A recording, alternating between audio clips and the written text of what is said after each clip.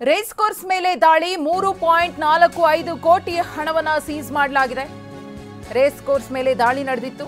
CCB ಪೊಲೀಸರಿಂದ ದಾಳಿಯಾಗಿತ್ತು. ದಾಳಿಯ ವೇಳೆ 3.45 ಕೋಟಿ ಸೀಸ್ ಮಾಡಲಾಗಿದೆ.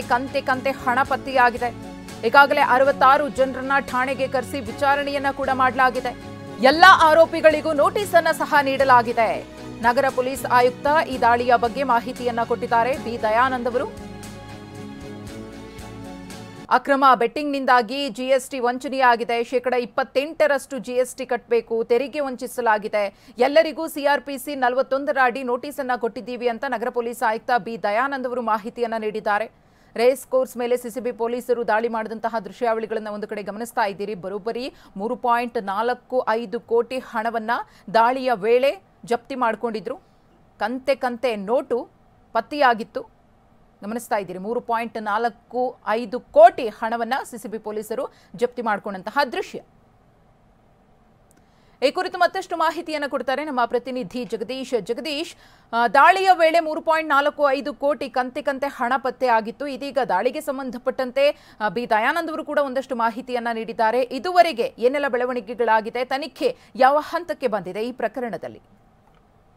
ಖಂಡಿತ ಮಧುಶ್ರೀ, ಬೆಂಗಳೂರಿನ ಟರ್ಫ್ ಕ್ಲಬ್ ನಲ್ಲಿ ಏನೊಂದು ಡರ್ಬಿ ನಡೆಯುವಂತಹ ಸಂದರ್ಭದಲ್ಲಿ ಒಂದು ಅಕ್ರಮ ವ್ಯವಹಾರಗಳು ಕೂಡ ನಡೀತಾ ಇದೆ ಅಂತ ಹೇಳಿ ಸಿಸಿಬಿ ಒಂದಷ್ಟು ದೂರಗಳು ಬಂದಿತ್ತು. ಅಂದ್ರೆ ಜಿಎಸ್ಟಿ ಪಾವತಿಸಿದೆ, ಜೊತೆಗೆ ಅಕ್ರಮವಾಗಿ ಒಂದು ಬೆಟ್ಟಿಂಗ್ ಮಾಡುವಂತದ್ದು, ಇನ್ನು ನಿಗದಿತ ದರಕ್ಕಿಂತ ಹೆಚ್ಚಿನ ಬೆಲೆಗೆ ಟಿಕೆಟ್ ಮಾರಾಟ ಆಗ್ತಾ ಇದೆ ಅನ್ನುವಂಥದ್ದು, ಈ ರೀತಿಯಾದಂತಹ ಒಂದಷ್ಟು ಆರೋಪಗಳು ಸಾಕಷ್ಟು ಕೇಳಿ ಬಂದಿತ್ತು.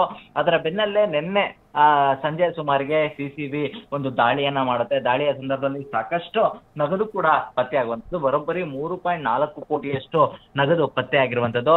ಇನ್ನು ಈಗಾಗಲೇ ಏನೊಂದು ಆರೋಪಕ್ಕೆ ಸಂಬಂಧಿಸಿದಂತೆ ಒಂದು ತನಿಖೆಯನ್ನ ಮಾಡ್ತಾ ಇರುವಂತಹ ಸಿಸಿಬಿ ಪೊಲೀಸರು ಸಂಬಂಧಪಟ್ಟಂತಹ ಏನೊಂದು ಅಲ್ಲಿದ್ದಂತಹ ವ್ಯಕ್ತಿಗಳಾಗಿರ್ಬೋದು, ಅವರ ಬಳಿ ಇದ್ದಂತಹ ಹಣನ ವಶಕ್ಕೆ ಪಡ್ಕೊಂಡು ಒಂದು ವಿಚಾರಣೆಯನ್ನ ಮಾಡ್ತಾ ಇರುವಂತದ್ದು. ಈಗ ಮೇಲ್ನೋಟಕ್ಕೆ ಒಂದು 28% ಅಷ್ಟು ಜಿಎಸ್ಟಿ ಕಟ್ಟಬೇಕಾಗಿತ್ತು, ಅದು ಇಲ್ಲಿ ವಂಚನೆ ಆಗಿರುವಂತಹ ನಿಟ್ಟಿನಲ್ಲಿ ಕಂಡು ಬರ್ತಾ ಇದೆ. ಆ ನಿಟ್ಟಿನಲ್ಲಿ ಈಗಾಗಲೇ ಏನು ಸಿಆರ್ಪಿಸಿ 41 ಅಡಿಯಲ್ಲಿ ಈಗ 66 ಜನರಿಗೆ ಒಂದು ನೋಟಿಸ್ ಅನ್ನ ನೀಡಿ ಒಂದು ವಿಚಾರಣೆಗೆ ಕೂಡ ಕರೆದಿರುವಂತದ್ದು. ಧನ್ಯವಾದ ಜಗದೀಶ್, ತಮ್ಮೆಲ್ಲ ಮಾಹಿತಿಗಾಗಿ.